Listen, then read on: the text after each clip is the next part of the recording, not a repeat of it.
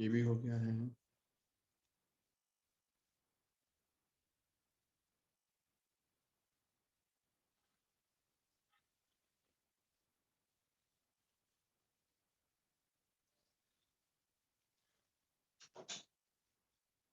Okay,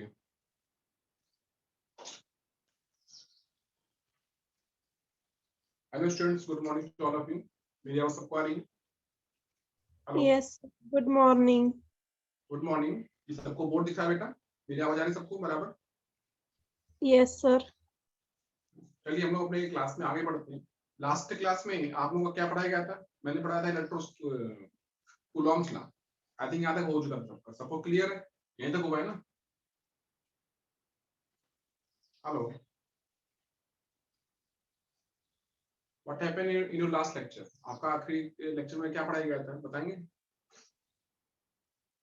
बताइए।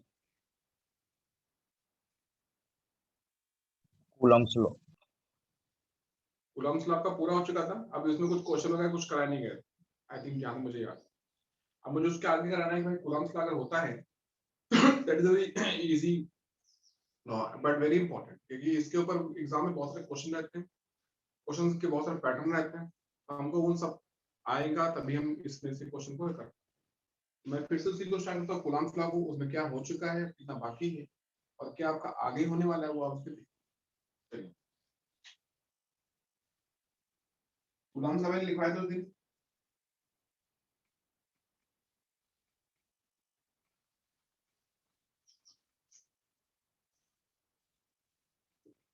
इसमें लिखा था कि कोई भी दो चार्ज होंगे। आप कहेंगे एक चार्ज होगा ये, सपोज ये प्लस है, ये भी क्या होता है, प्लस होता है। ये Q2 है मान लेते हैं, ये क्या Q1। दोनों पॉजिटिव, फोर्स कैसा होगा, रिपल्सिव काम करेगी। डिस्टेंस का बीच क्या आएगी, मान लेंगे कि R आएगी। तो जो Fe की वैल्यू मैंने बताई थी आपको, Fe बराबर है वो था 1/4 pi epsilon Q1 Q2 divide R square. ठीक है, इसमें होता है ये होता है एयर मीडियम में, ध्यान देते हैं F एयर मीडियम में। अगर कोई दूसरा मीडियम होगा तो यहाँ पे क्या आएगा, 1/4 पाई एप्सिलॉन किया जाएगा और जाएगा Q1 Q2 divide R square. यहाँ तक आपका हो चुका है। मैंने उसको कुछ बताया था, कुछ बताया जैसे मुझे 1/4 का एप्सिलॉन होता है 1/4 पाई एप्सिलॉन। इसकी लोग 9 × 10⁹ न्यूटन मीटर स्क्वायर पर कूलम स्क्वायर। ठीक है, और यहाँ पे तो एप्सिलॉन नॉट, उसकी लोग 8.85 10⁻12 coulomb square upon newton metre square. Epsilon naught का जो डायमेंशन फॉर्मूला वो मैं आपको सिखा देता हूँ शॉर्टकट में। एप्सिलॉन नॉट या कुछ भी आप लिख सकते हैं, अगर ये आप सेंटीमीटर से लिया तब भी काम चलेगा। ये आता है 13/42। अब ये क्या होता है, ये तो शायद मैंने पढ़ा है नहीं पढ़ा मुझे ध्यान नहीं है। ये मैंने से कुछ नंबर लिखा आपके सामने 13/42 पर ये लाइन में ड्रॉ कर रखी है, इसको बोलते हैं बार। ठीक है, मतलब मेरे हिसाब से जो मैंने अपना फॉर्मूला तैयार किया बार में। अब ये होता क्या है, इसका मीनिंग होता है ml/t। This is equal to, यहाँ पे लिखा होता है जैसे हमने यहाँ लिखा हुआ है 13/42। तो जो पहला लिखा होता है ये होता है m, ये क्या, ये आपका l आता है, ये क्या आपका t आता है, ये क्या आपका a आता है। ठीक, जो मैंने यहाँ लिखा हुआ। अब इसका मतलब क्या होगा कि m की पावर 1, l की पावर 3, ठीक है, t की पावर 4, t की पावर 4 जो ऊपर जाएगा वो पद बनेगा माइनस, a की पावर 2 जाएगा ऊपर क्या बनेगा माइनस में। तो ये बनेगा पूरा ml3, जो ऊपर है वो पॉजिटिव है, तो नीचे वो नेगेटिव आएगा।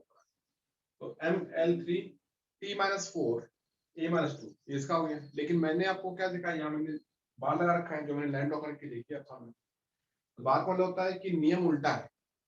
यहाँ पे क्या पढ़ा रहा हूँ कि जो ऊपर लिखा है वो पॉजिटिव है और जो नीचे लिखा है वो नेगेटिव। अब यहाँ पे उल्टा होगा, जो ऊपर लिखा है वो नेगेटिव है, जो ऊपर लिखा है वो नेगेटिव है और जो नीचे लिखा है वो पॉजिटिव, ऐसा मान के चलो। तो कितना ऐसा बनेगा, m-1 l-3 T4A2, ठीक है, ये इसका नहीं है, इसका आंसर है। सर हम्म, ये आपने डायमेंशन लिखा है क्या? हाँ, डायमेंशन फॉर्म लिखा हुआ है एप्सिलॉन का, ये एक शॉर्टकट है। अभी ये शॉर्टकट से बहुत सारा आपको मिलता है आगे बढ़ने के लिए। तो होता क्या है कि जो बड़े बड़े नंबर्स होते हैं, जैसे आपने आगे जाके पढ़ेंगे स्पेशली इलेक्ट्रिसिटी, क्योंकि आप जब आप पढ़ते चैप्टर इलेक्ट्रिसिटी, तो वहां पे देखिए, वहां पे एम होता है, एल होता है, टी होता है, ए होता है, मतलब कि ए भी आ गया होता है। तो होते सब मिला के 4 मेंबर्स, एक एम आता है, एक एल आता है, एक टी आता है, ए आता है। अब किसी की पावर कुछ है, किसी की पावर कुछ है, आप कितना भी पढ़ लो अच्छी तरीके से, लेकिन हम लोग आगे जाके भूल जाते हैं कि भाई डायमेंशन फॉर्म में क्या था। आगे आपको बहुत से मेंबर मिलने वाले, ठीक है, कैपेसिटेंस, रेजिस्टेंस, इंडक्टेंस, ठीक है, बहुत सारे नाम मिलने वाले, कुछ आप जानते हैं, कुछ आप नहीं भी जानते। तो चलेंगे हम लोग आगे पढ़ेंगे इसमें। लेकिन ये सभी टर्म जो होते हैं, these are electrical terms. Electrical terms का मीनिंग क्या होता है कि इन सभी के डायमेंशन फॉर्मूले में ए भी आएगा, एम्पियर, एम होगा, एल होगा, टी होगा, ए होगा, 4 लोग। अभी आप जब पुराना पढ़ चुके हैं, जैसे आपने पहले पढ़ा होगा, सपोज मैकेनिक्स पढ़ा होगा, मैकेनिक्स, वहां पढ़ा होगा force, pressure, density, work, energy, ये सब पढ़ाया गया। लेकिन उन सभी मेंबर्स में बस 3 लोग होते हैं, एम होता है, एल होता है, टी होता है। फोर्स का होता है M L T minus 2, energy का होता है M L two T minus 2, ठीक है। प्रेशर क्या होता है, M L minus 1 T minus 2, चलता रहता है। तो वो आसानी से याद है, क्योंकि वो वही छोटे छोटे होते हैं, सबको याद आते हैं। लेकिन ये क्या है, ये बहुत बड़े बड़े होते हैं, और बहुत इनमें कंफ्यूजन भी रहता है, निगेटिव है कि पॉजिटिव है, ठीक है।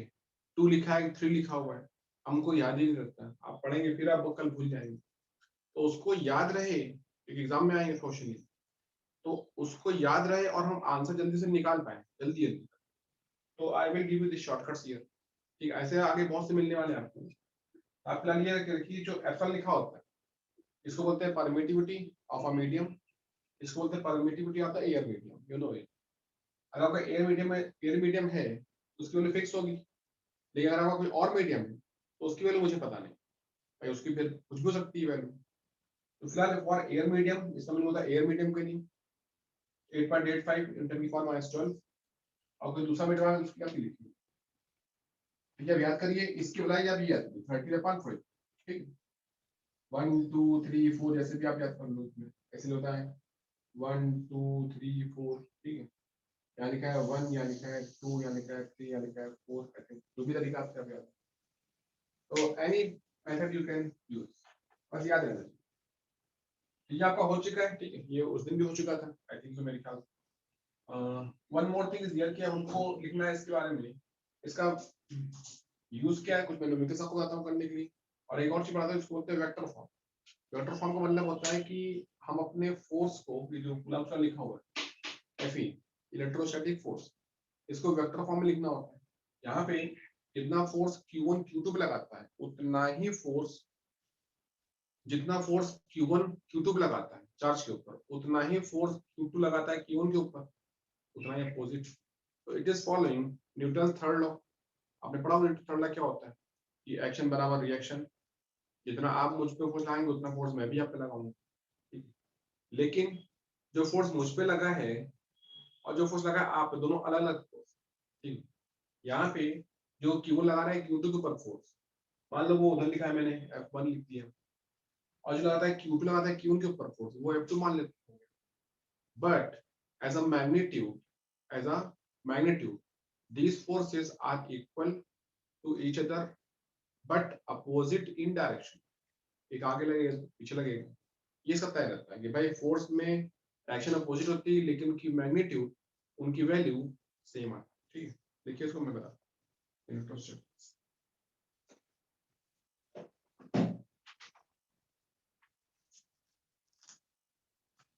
इसका मुझे थोड़ी सी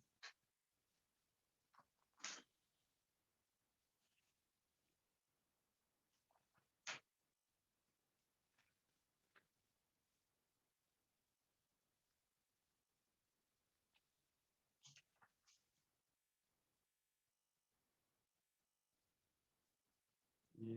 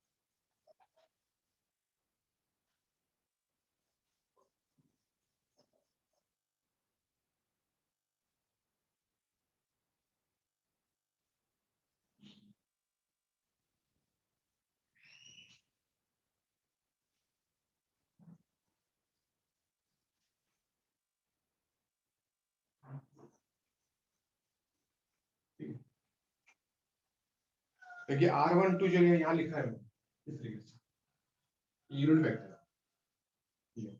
here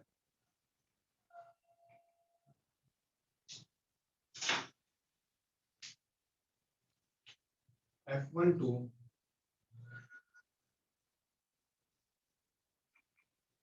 is a force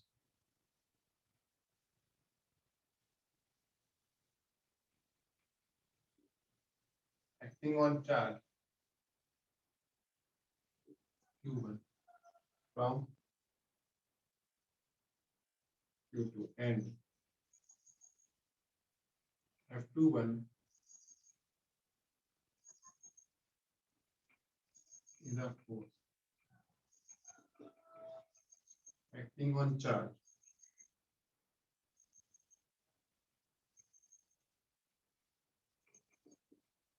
Q2 on Q1 ठीक है so जो F12 आता है ये आता है 1/4 not Q1 Q2 upon R square और R12 ओके ठीक है जो R इसको आप चाहे तो R12 लिख सकते हैं चाहे क्योंकि R12 R2 से बराबर ही रखे इसमें ये आप कहना है और F2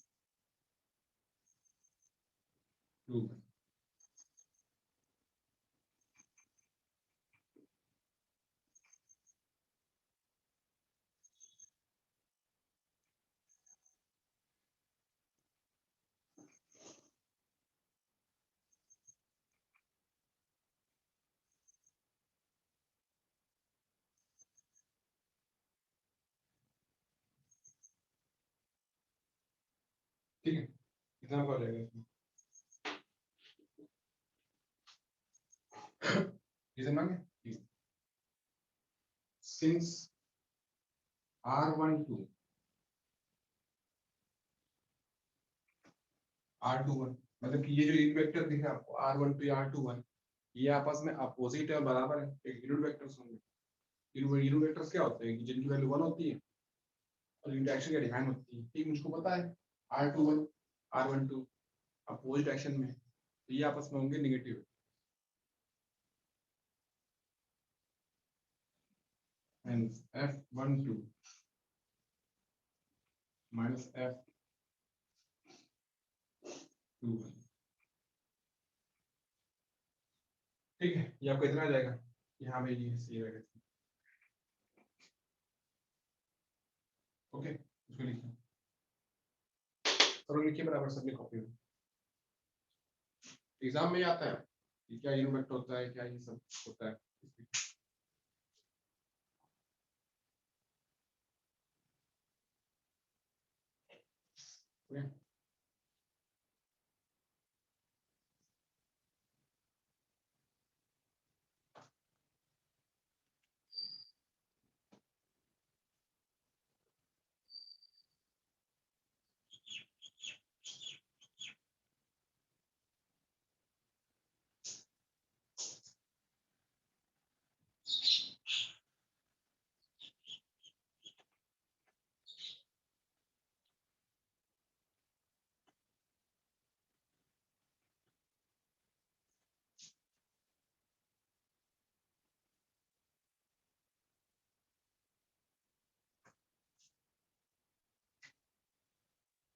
ओके ओके आगे चलते हैं अब देखिए इसमें जो क्वेश्चन आएगा अगला ठीक अब इस पे क्वेश्चन बहुत सारे ले सकते हैं तो कुछ कुछ मैं दिखाता हूँ इसमें आप ही के बुक के ले लेते हैं कुछ मैंने आपसे कह भी तो काम कर लिया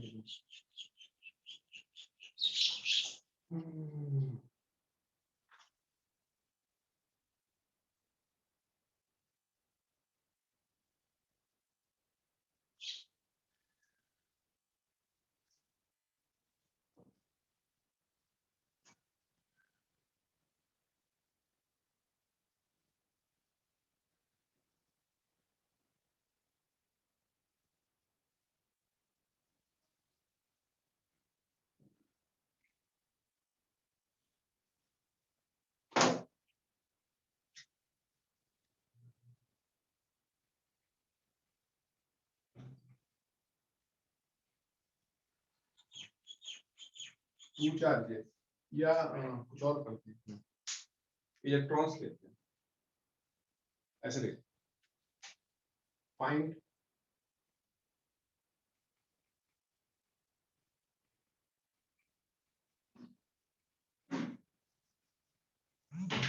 electrostatic force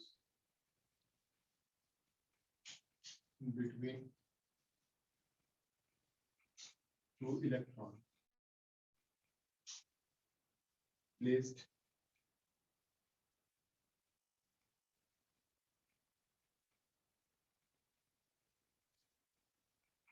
at a distance 1 angstrom. Distance 1 angstrom. ठीक है,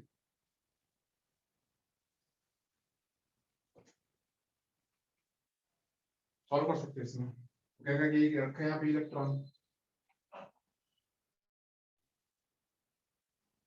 ये यहाँ रखा है इलेक्ट्रॉन, नेगेटिव होता है ना, एक दूसरे को रिपल करेंगे।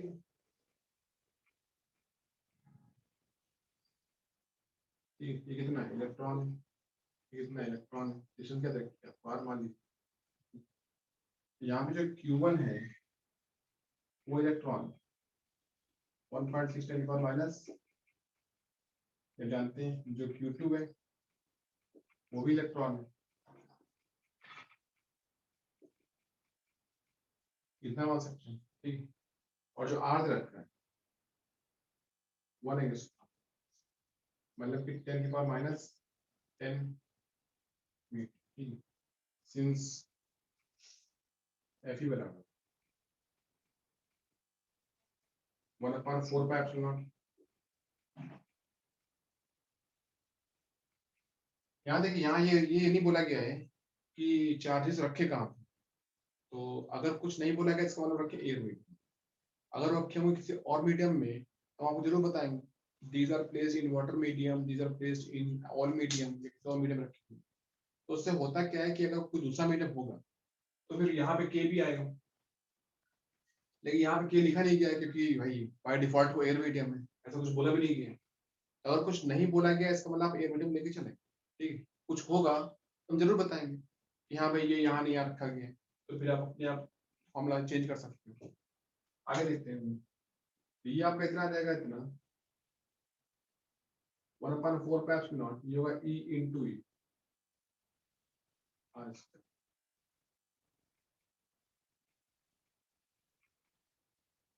इसकी वैल्यू क्या होती है, इसकी वैल्यू 9 × 10⁹ जब जानते हैं कितना होता है, E स्क्वायर लिखा हुआ है 1.6 × 10⁻19।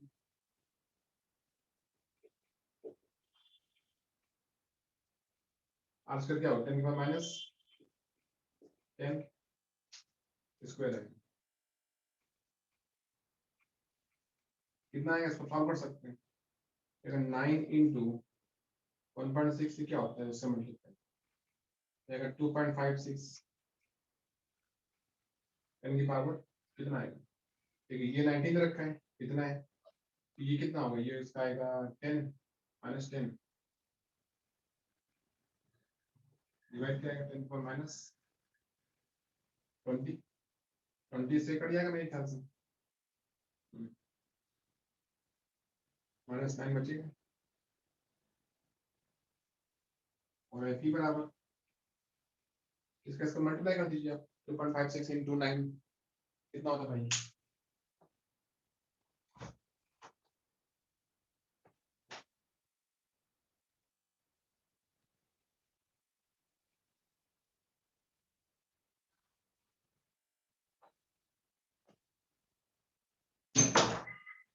इसके से मल्टीप्लाई करो, बताओ कितना आ रहा है।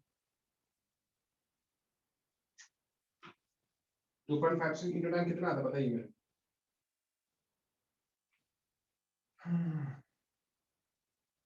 23.0 23.0 क्या 04 कुछ आ रहा होगा ना, वो है -9 न्यूटन, ठीक है।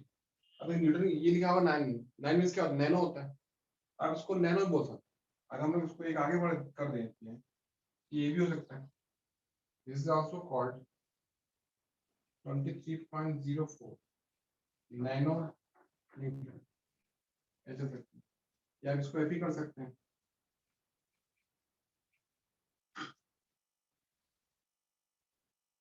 कि 230.4 minus 10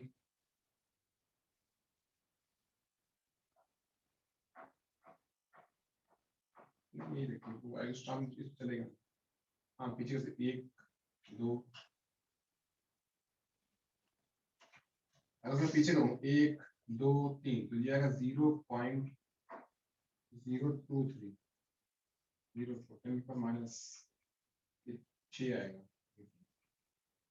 तो 0.023 माइक्रोमीटर।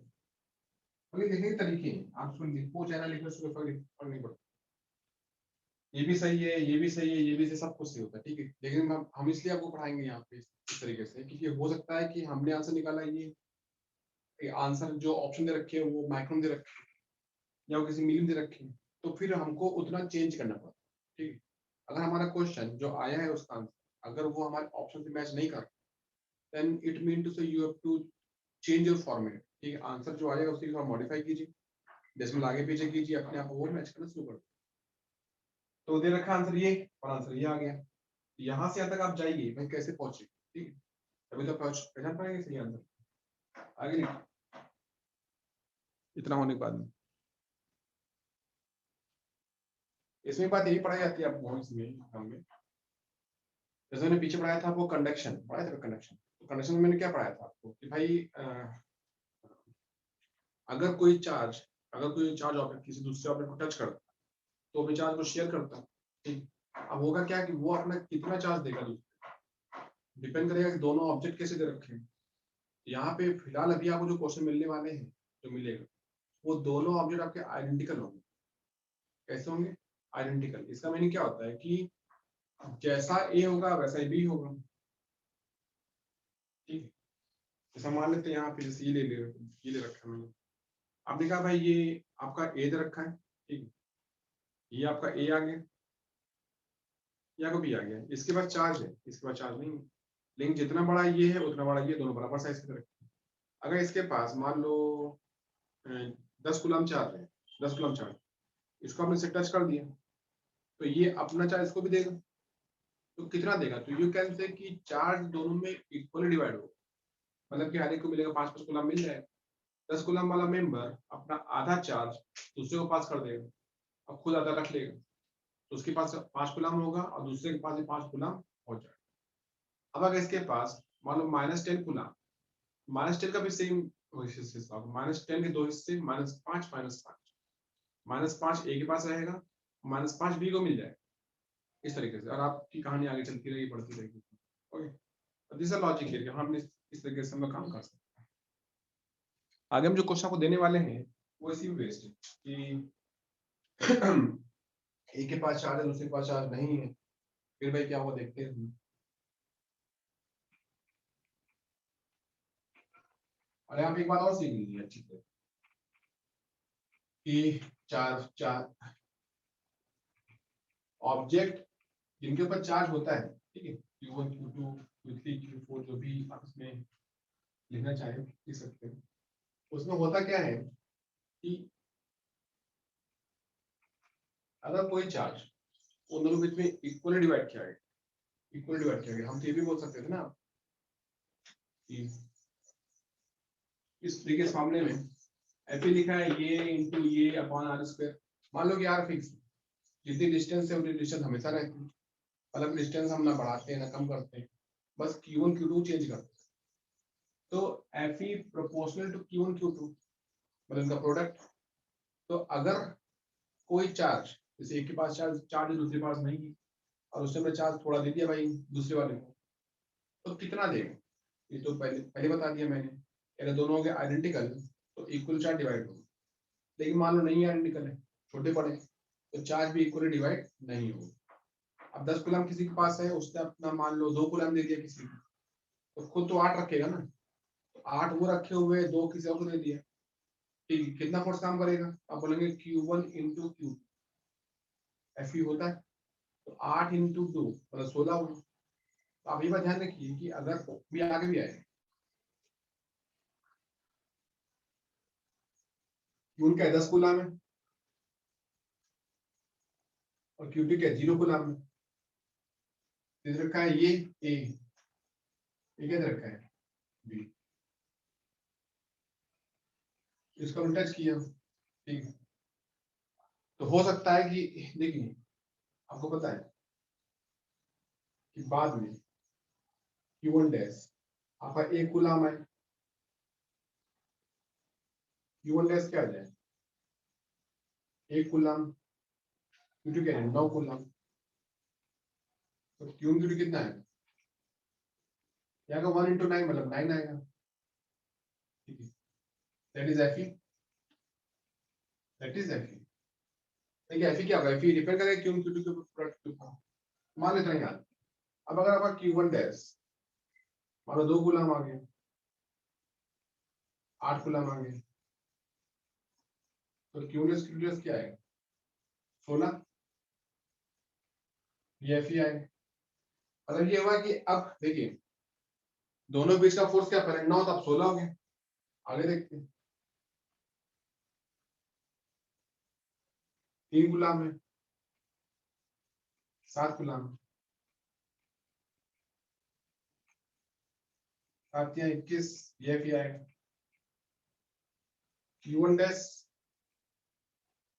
और Q2 डैश कितना है 6 गुलाम।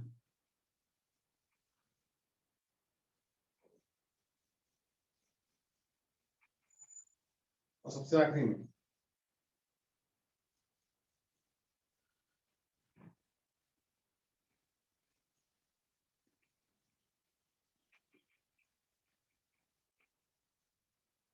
अब देखिए अगर इसकी मैं आगे करूंगा कि Q1 डैश आपका 6 आ गया तो ये चीज रिवर्स हो जाएगी, पीछे बैक कर जाएगी।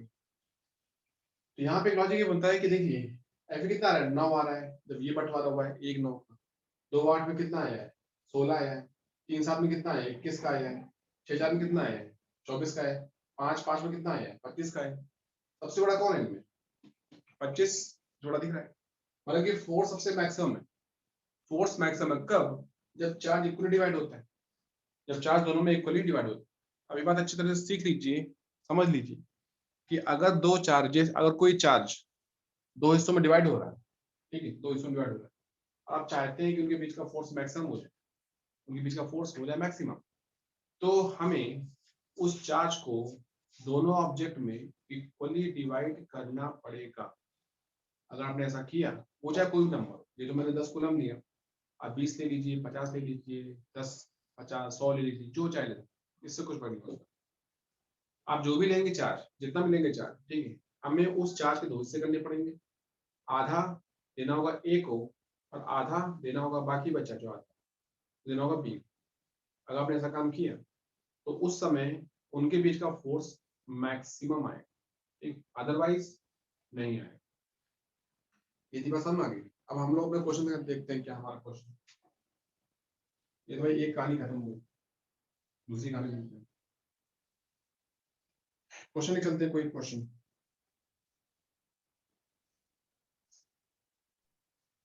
इसमें लिखिए।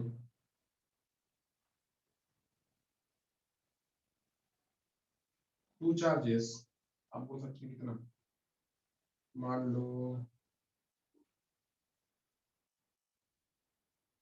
-2 coulomb and 8 coulomb,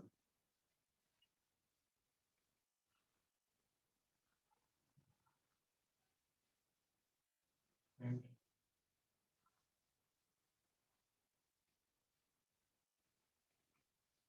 are placed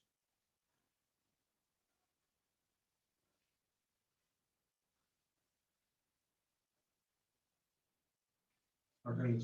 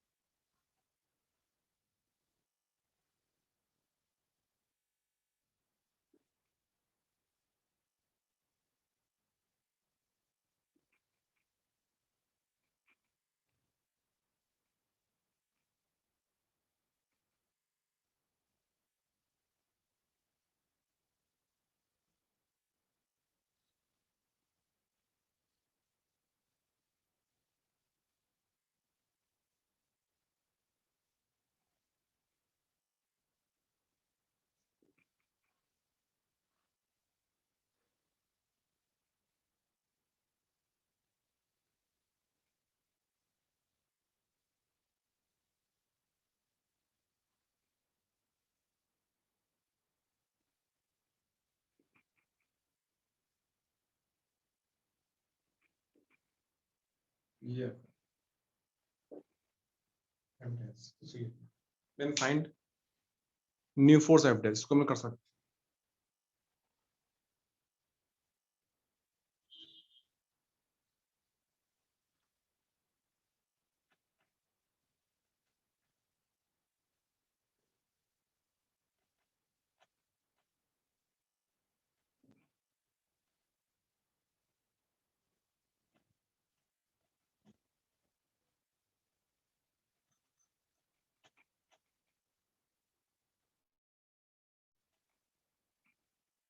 यहाँ देखिए क्या है वो कहता है कि एक पे चार्ज है उसका करेंगे सॉल्व देखिए एक चार्ज है Q1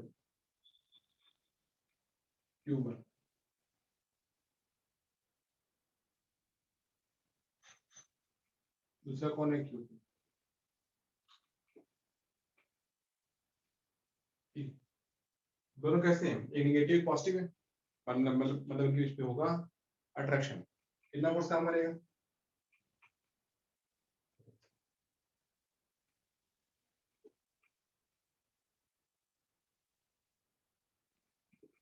F काम करेगा ये F इक्वल टू क्या आएगा 1/4 Q1 Q2 पर आना सकते देखिए Q1 Q2 मॉड लगा देता हूँ मैं इसमें क्योंकि मैं आपको ये बता रहा हूँ कि मुझे साइन नहीं लगनी ठीक है कितना क्यों होगा 2 गुना 8 गुना तो 2 को माइनस 2 नहीं लेना है बस 2 लेना 2 into 8 16 आएगा ये आएगा 1/4 16 अपन आ now when these are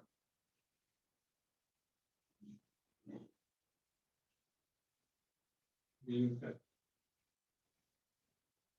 with each other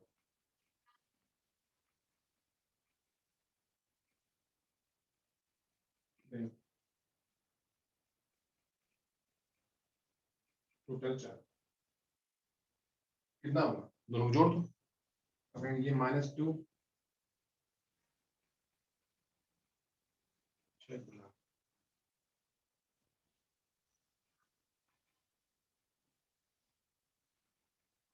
which will divide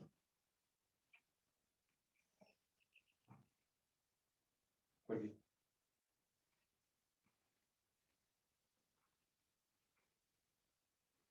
to both of them है ना?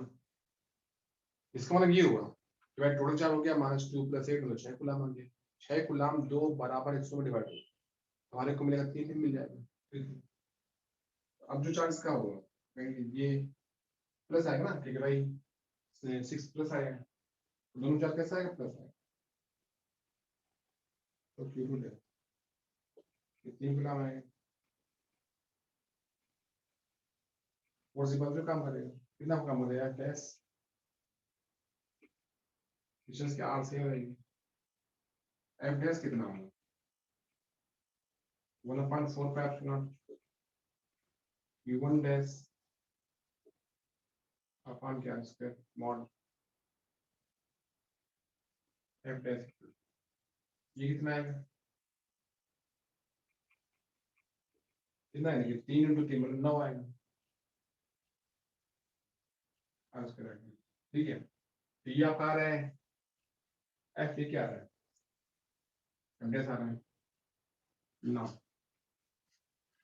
आप एफ डैश अपॉन एफ करो और ये अपॉन ये करो तो क्या दिखेगा आपको अगर ये आएगा तो ये आएगा 9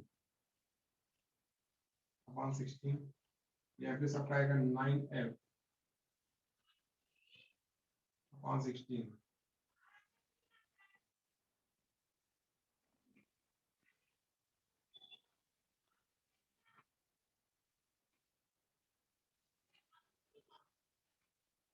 ठीक है तो जो आपको जो नया फोर्स आएगा वो आएगा 9f/16 क्लियर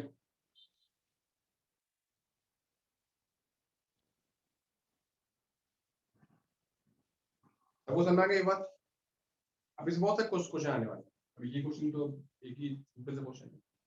यहाँ ये ध्यान रखिएगा कि भाई इस चैप्टर में फिलहाल अभी चैप्टर में अभी आपको चलेगा इलेक्ट्रोस्टैटिक, यहाँ पे हम दो ऑब्जेक्ट को आपस में टच कराएंगे, ठीक है। जब टच करेंगे तो फिर चार्ज का भाई शेयर होगा, ठीक है, चार्ज एक दूसरे को लोग देंगे। तो चार्ज देने के बाद में दोनों के पास चार्ज इक्वली डिवाइड होगा, इक्वली डिवाइड होगा मतलब चार्ज के बराबर है। और फिर नया फोर्स का हम सामने दिखेगा डैश या डबल डैश जो भी है, और आपको नया फोर्स से होगी।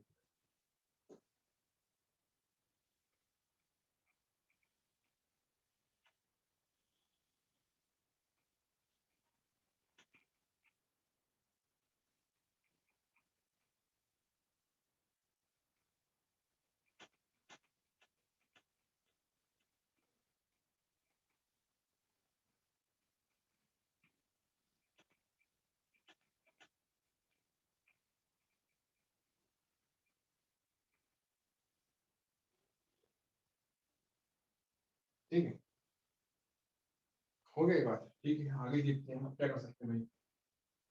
अब इसमें और एक क्वेश्चन मैं देता हूँ करने के लिए, ठीक है, कि देखिए क्या होता है इसमें।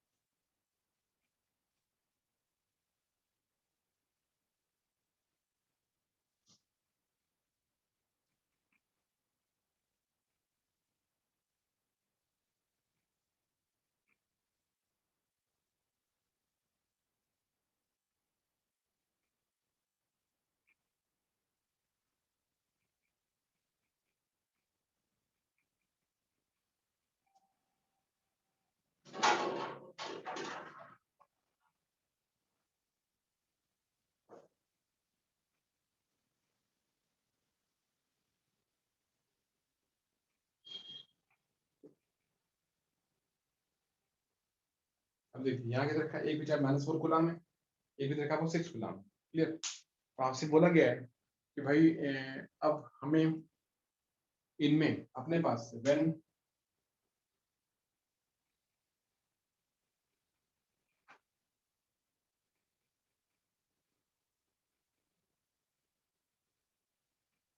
given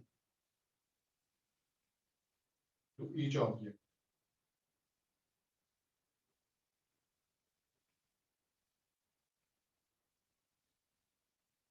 then find new force, then find new force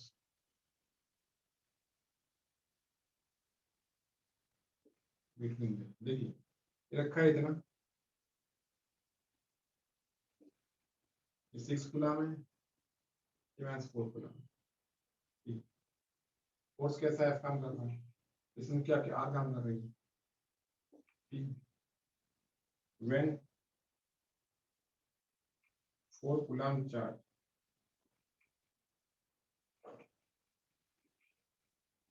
is added to each one, ठीक है। अब क्या होगा, ये जो आपको दिखेगा ऐसा, ये आपको ऐसा 6 कूलम प्लस 4 कूलम जोड़ दिया गया, -4 कूलम प्लस 4 कूलम जोड़ दिया गया, तो आपको दिखेगा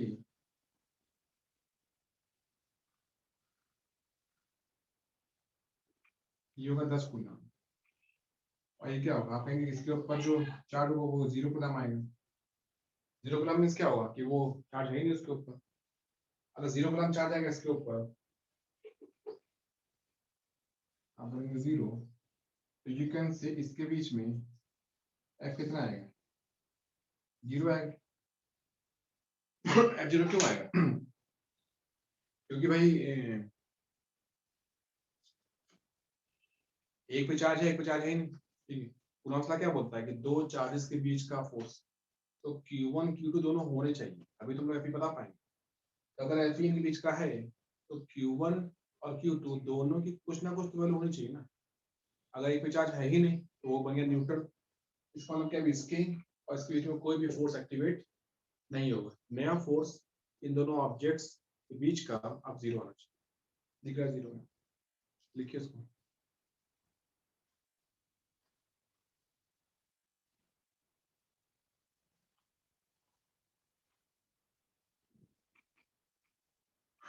आप लोग को समझ में आ रही बात ये मेरी जो सिखा रहा हूँ मैं सबको? हेलो, ये दिख रहा है सामने बोर्ड? बोलिए। Yes, sir. Yes, sir. आपको समझ में आ रहा है ना जो मैं पढ़ा रहा हूँ इसमें यहाँ पे? Yes, Sir. sir. बस एक ही को समझ में आ रहा है क्या? बाकी लोगों को समझ नहीं आ रहा है? कोई बोल ही नहीं रहा है बाकी बच्चा? यस कौन सर। यस सर, समझ रहा है। यस सर, समझ रहा है।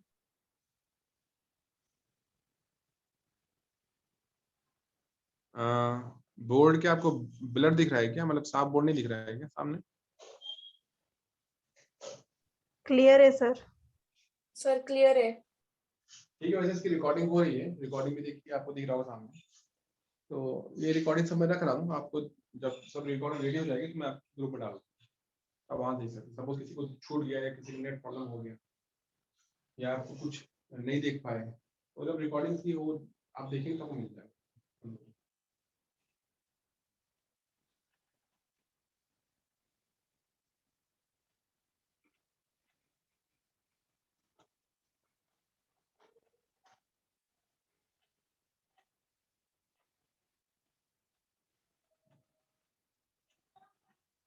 अब इसमें जो अगला नंबर आता है, अगली जो बात आती है, ठीक है, इतना होने के बाद देखिए ये सब फोर्स तो आप लगा लेंगे, कर लेंगे, ठीक है, मतलब ये सब फॉर्मूले हमें लगा के क्वेश्चन का आंसर करेंगे। लेकिन अभी बात पूरी खत्म नहीं हुई, ठीक है, अभी और कुछ बात है इसमें। इसका जो अगला नाम हेडिंग आती है उसको बोलते हैं principle of superposition. Principle of superposition इसका मतलब क्या होता है भाई? इसका मतलब ये होता है कि अब चार्जेस दो नहीं होंगे बल्कि 3-4 होंगे, 5-6 होंगे, 7-8 होंगे। चार्जेस बहुत सारे होंगे। अगर चार्जेस बहुत सारे हैं तो इसका मतलब कि हर एक चार्ज के ऊपर बाकी जितने वो सब फोर्स लगाएंगे। मान लो आपने कहा मेरे पास यहाँ पे 3 चार्ज, एक का नाम है Q1, एक का नाम है Q2, एक का नाम है Q3। तो Q1 के ऊपर Q2 भी फोर्स लगाएगा और Q1 के ऊपर Q3 भी फोर्स लगाएगा, तो हर एक के ऊपर बाकी दो लोग फोर्स लगा रहे हैं। इसका मतलब ये हुआ कि एक चार्ज के ऊपर अगर दो फोर्स लगेंगे तो हमें उन दोनों फोर्सेस का पता करना होगा, रिजल्टेंट क्या होगा, नेट क्या होगा। रिजल्टेंट निकालने के दो रास्ते होते हैं। अगर किसी चार्ज के ऊपर दो फोर्स लगे,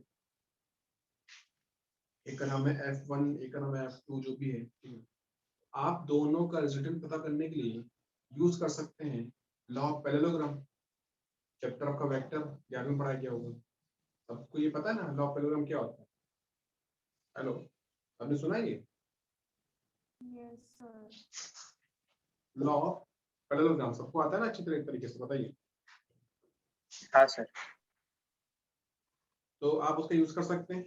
और दूसरी बात आती है कि मान लीजिए कि हमें उसका यूज नहीं करना है, ठीक, तो we can go through component method. Component method पे बचा सकते हैं। देखिए, अगर चार्जेस, अगर दो फोर्स, एक का नाम किसी एक चार्ज के ऊपर दो फोर्स लगे, जैसे मैं यहाँ दिखा देता हूँ, एक यहाँ पर है, एक यहाँ पर है, एक यहाँ लगा दिया गया। हमने ये Q2 है, Q3 ये कौन है? मान लो Q1 है, इसको प्लस मान लेते हैं, ये वाला इसको रिपर करेगा, फिर इसको रिपर करेगा, तो फोर्स काम करेगा F12, फोर्स काम करेगा F31। इसके सपोज थीटा आ गया, यहाँ थीटा ही होगा। अब कहेंगे मुझे दिख रहा है ये कि इस चार्ज Q1 के ऊपर दो फोर्स काम कर रहा है, और अगर हमको निकालना है इनका रिजल्टेंट, तभी मेरी बात बनेगी। जब मैं इसका निकालूं रिजल्टेंट थीटा इंटू करके, तो मेरा आंसर आएगा कि F1 charge F1 sorry charge Q1 पे काम करने वाला टोटल फोर्स या नेट फोर्स बोल सकते हैं इसको, ठीक। लेकिन अगर ऐसा, और इसके लिए आप यूज करते हैं लॉ ऑफ पैरेललोग्राम, जो भाई आप जानते हो पहले से पढ़ा होगा। और मैंने कहा कि अगर हमको वो यूज नहीं करना है, and we can go through component method. Component method, उसमें हम किसी भी एक फोर्स के जो करते हैं कंपोनेंट, एक है cos x sin थीटा, ठीक है, और उससे मेरा आंसर निकला। अगली बात आती है कि मान लीजिए यहाँ पे 2 नहीं 3 नहीं बल्कि 5 6 चार्ज या 3 चार्ज। अगर मैं यहाँ दिखा देता हूँ सपोज ये Q4 है, तो Q4 भी इसे रिपल करेगा और फोर्स होगा F41। आपको क्या दिखेगा इस Q1 के ऊपर, इस Q1 के ऊपर 1 2 अब 3 फोर्स काम करेंगे। 3 फोर्स काम करेंगे तो we can not use law parallelogram. आप जानते हैं हम इसे यूज अगर यूज नहीं कर सकते, ठीक है, तो क्या करें भाई? तो मेरे पास एक ही रास्ता बचा, we have to use component method. ठीक है, तो जब भी कभी ये बात आप समझ लीजिए कि प्रिंसिपल ऑफ सुपरपोजिशन मतलब ये होता है कि there are multiple vectors, there are more than 2 vectors और हमको निकालना होता है उन सभी का रिजल्टेंट। तो आंसर क्या आता है कि अगर वो 2 वेक्टर, 2 फोर्स हैं, 2 वेलोसिटीज हैं, ये कोई भी 2 वेक्टर है, तो उनका रिजल्ट निकालने के लिए we will use law of parallelogram. अगर 2 है तो, अगर 2 से ज्यादा है, 3 है, 4 है, then we can use component method. Component method can also be used for 2 vectors. तो 2 वेक्टर का रिजल्ट निकालने के लिए आप यूज को लॉ पैरेललोग्राम जो कि फॉर्मूला रेडीमेड वो यूज कर सकते हैं, या तो आप यूज कर सकते हैं कंपोनेंट मेथड, वो भी कर सकते हैं। ठीक, दोनों से पता चलता है। लेकिन जब 3 होते हैं, 4 होते हैं, 5 6 वेक्टर होते हैं, तो तो वेक्टर ये जो कौन सा लॉ पैरेललोग्राम काम नहीं करता, फिर हमको कंपोनेंट मेथड का ही हेल्प लेनी पड़ती है, उसी से आंसर निकाल। मैं भी आपके यहाँ पे 2-3 क्वेश्चन बताऊंगा जिसमें किसी में 2 वेक्टर है, किसी में 3 वेक्टर, किसी में 4 वेक्टर है, आप कैसे कर। और उसके पहले आप उसमें लिखिए प्रिंसिपल ऑफ सुपरपोजिशन। रूल क्या होता है, क्योंकि ये रूल पढ़ने के बाद ही हम लोग आगे बढ़ते हैं। And this is very very important. आगे जहाँ भी और चैप्टर्स आप पढ़ेंगे और बाकी चैप्टर्स में अगर कहीं पर भी बहुत सारे वेक्टर्स हैं, बहुत सारे वेक्टर्स हैं और आपसे पूछ रहे हैं कि भाई इन सभी वेक्टर का निकालो रिजल्टेंट, आप उसमें प्रिंसिपल ऑफ सुपरपोजिशन अप्लाई करें। तो यही एक रास्ता है और कोई तरीका नहीं मेरे पास में।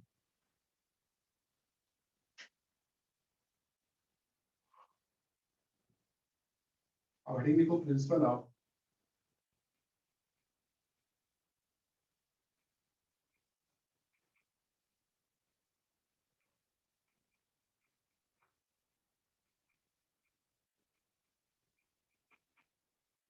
Superposition, principle of superposition. ठीक है, इसको लिखो।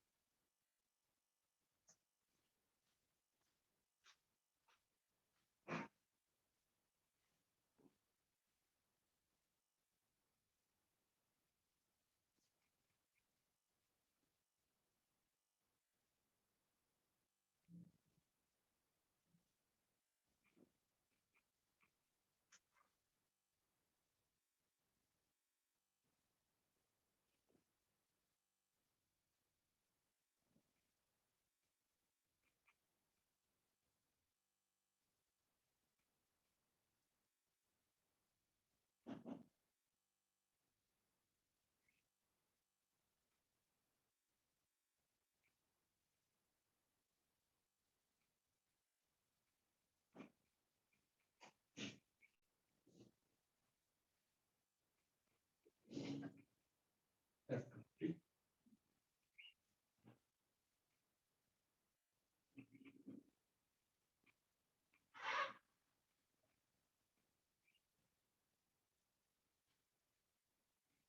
ये दिख रहा है आपको क्यों? देखिए चार्ज है Q1 है, Q2 में कितने 3 चार्ज है, या क्यों लिखा? तो इस Q चार्ज के ऊपर ये सभी लोग लगाएंगे अपना अपना फोर्स, इसका F1, इसका F2, इसका F3 है, तो कितना नेट फोर्स काम करेगा? F1 F2 F3 का वेक्टर सा रिजल्टेंट काम करेंगे।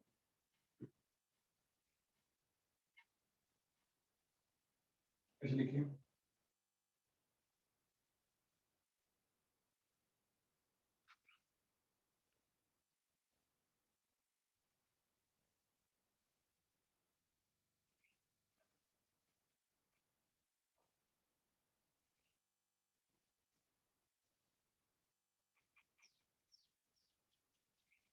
Then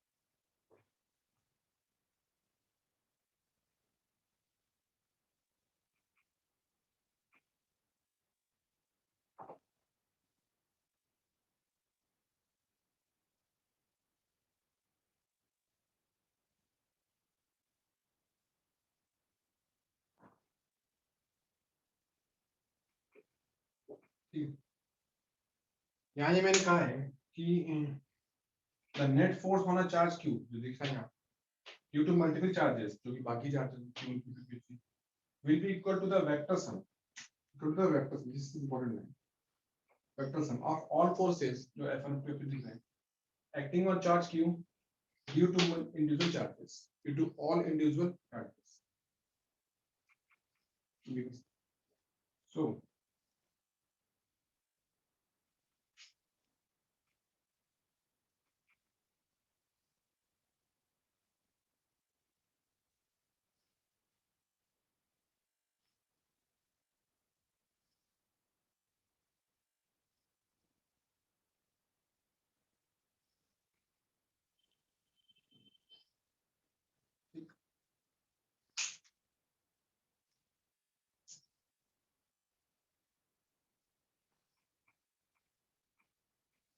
इसको क्वेश्चन है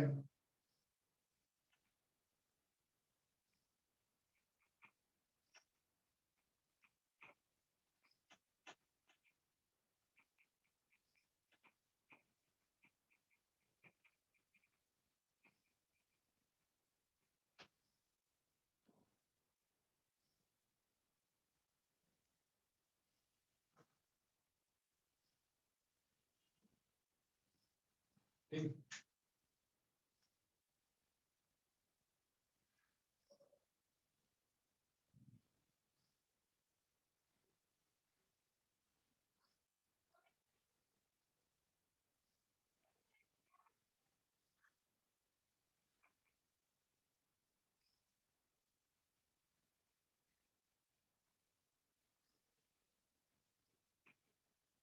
देखिए एक ही ट्रायंगल है इसे ऐसे बनेगा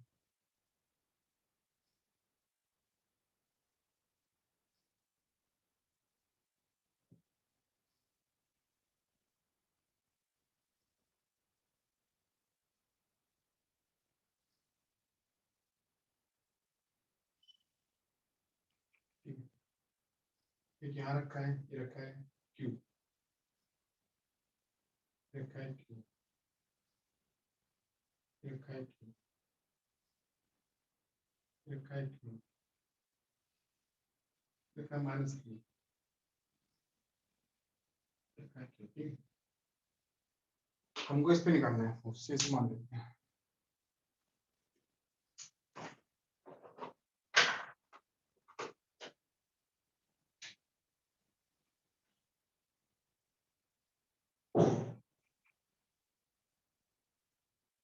यहाँ पे साइड ए मान लेते हैं।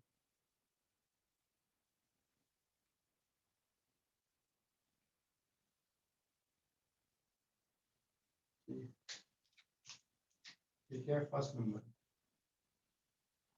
ये क्या सेकंड नंबर। अब ध्यान इसमें से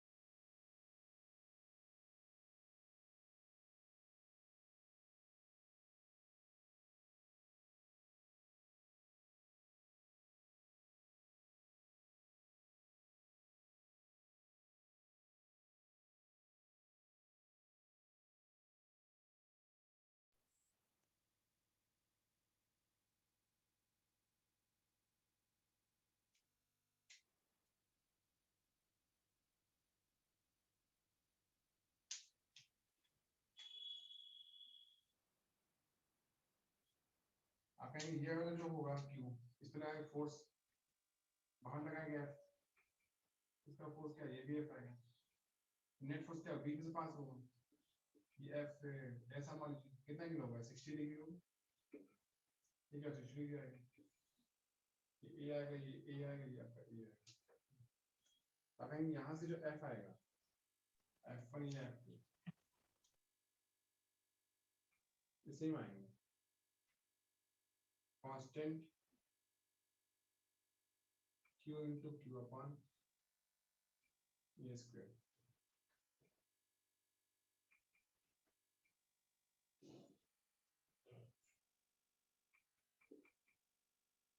So net force F dash क्या है,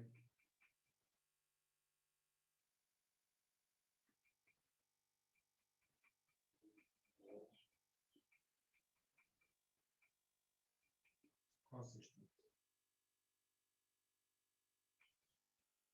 ये आएगा रूट, देखिए फोर्स बराबर दे रखे हैं, F डैश क्या आएगा, F का स्क्वायर F into F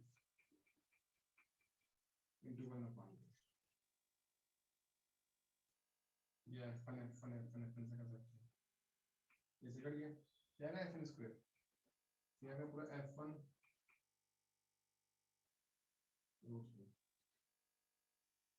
फिर आपका आएगा F1 क्या होगा, ये पूरा constant Q square upon A square root 3।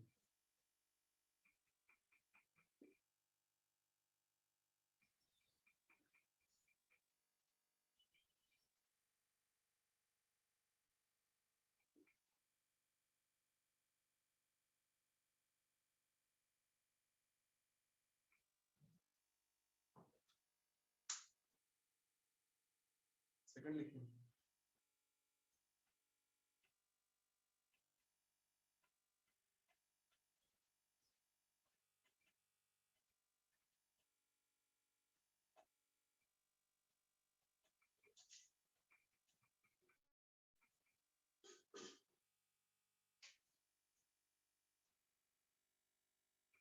ये फर्स्ट है, ये कब है, सेकंड में क्या दिखाई देगा, ये आपका ऐसा आएगा,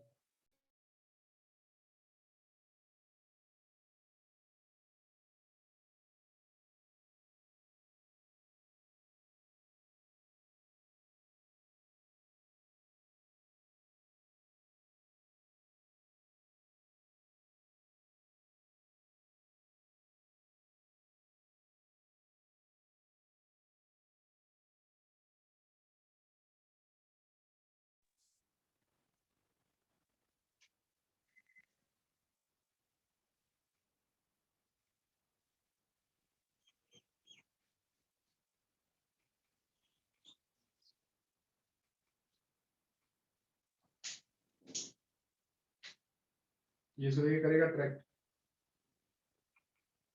F2, इसका फोर्स ये आएगा,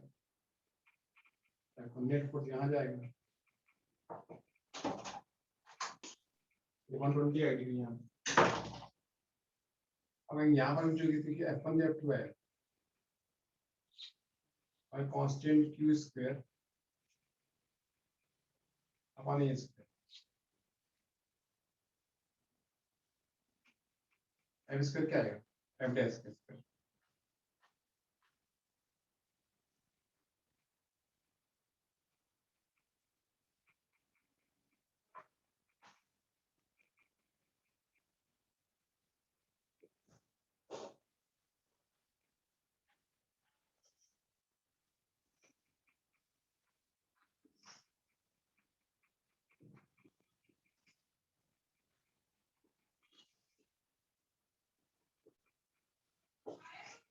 नेगेटिव आता है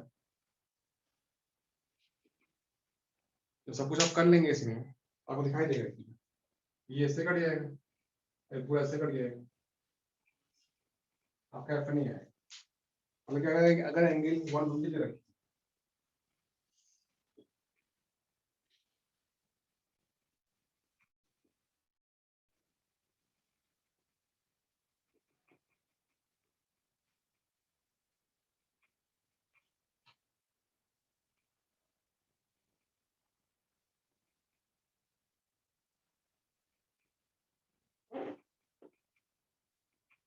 ठीक है, इसको लेके आ सकता हूँ।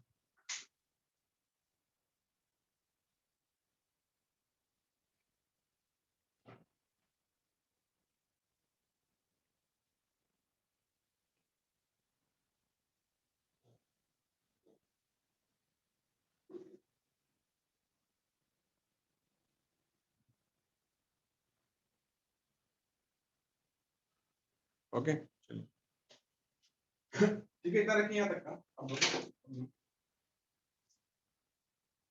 सबको समझ गए इतना, ठीक है। अभी इसमें केसेस बहुत सारे आते हैं, ठीक है, क्योंकि प्रिंसिपल सुपर क्वेश्चन में क्या होता है कि भाई चार्ट बहुत सारे होते हैं, कोई 3 नहीं होते बल्कि 4 5 6 हो सकते हैं, और इसमें कुछ सिमेट्री भी आती है। कभी कभी ऐसा भी होता है कि चार्जेस बहुत सारे होते हैं, लेकिन हम जिस चार्ज पे नेट फोर्स पता कर रहे होते हैं वो जीरो आता है, वो जीरो आता है, तो जीरो किस कंडीशन पे आता है वो भी आपको मुझे सब लिखवाना पड़ता है, ठीक। तो वो धीमे धीमे सब चैप्टर आगे चलता रहेगा और आपको सारी बातें पता चलती रहेगी, ठीक है। ध्यान रखिएगा कि हमको ये सभी बातें याद कर लेंगे, एग्जाम में क्वेश्चन आएगा तो आपको पहले से पता होगा हाँ भाई इसका आंसर जीरो होता है, क्योंकि सिमेट्रिकल क्वेश्चन है।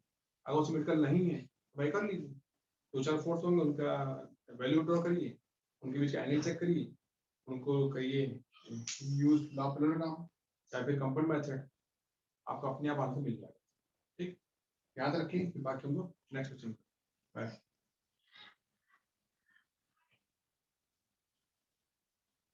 सबने लिख लिया पूरा, ये सामने बोर्ड में? Yes, sir.